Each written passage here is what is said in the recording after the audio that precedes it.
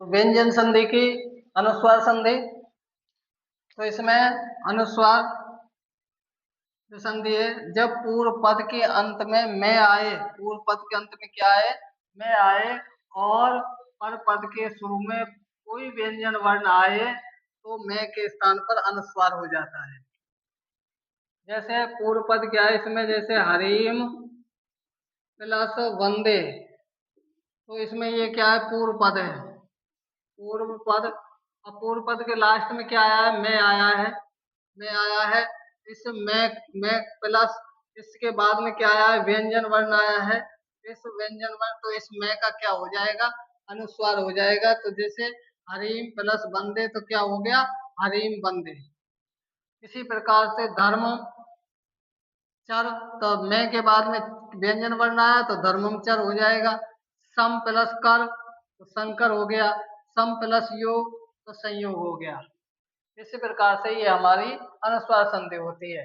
एक बार फिर से, जब पूर्व पद के अंत में मैं आए और पर पद के शुरू में कोई भी व्यंजन वर्ण आए तो मैं का अनुस्वार हो जाता है, उसी को हम अनुस्वार संधि कहते हैं। कुछ उदाहरण है, ये हरीम बंदे, हरीम प्लस बंदे तो हरीम बंदे हो जाएगा। धर्मम प्लस चर तो धर्मम चर हो जाएगा। सम प्लस कर तो संकर हो जाएगा। तो इस प्रकार से ये हमारी अनुस्वार संधि होती है। अगली संधि आती है अनुनासिका संधि। अनुनासिक संधि देखिए, अनुनासिक संधि, जो अनुनासिक संधि जो है, ये कहती है कि जब पूर्व पद के अंत में है को छोड़ करके कोई व्यंजन वर्ण आए, यानी कि इस है को छोड़ करके पूर्व पद में कोई भी व्यंजन वर्ण आए और पर पद के शुरू में इन न न न न और मैं, इन पांचों में से कोई भी हो तो पूर्व पद के वर्ण का, उसी वर्ग का पांचवा अक्षर हो जाता है।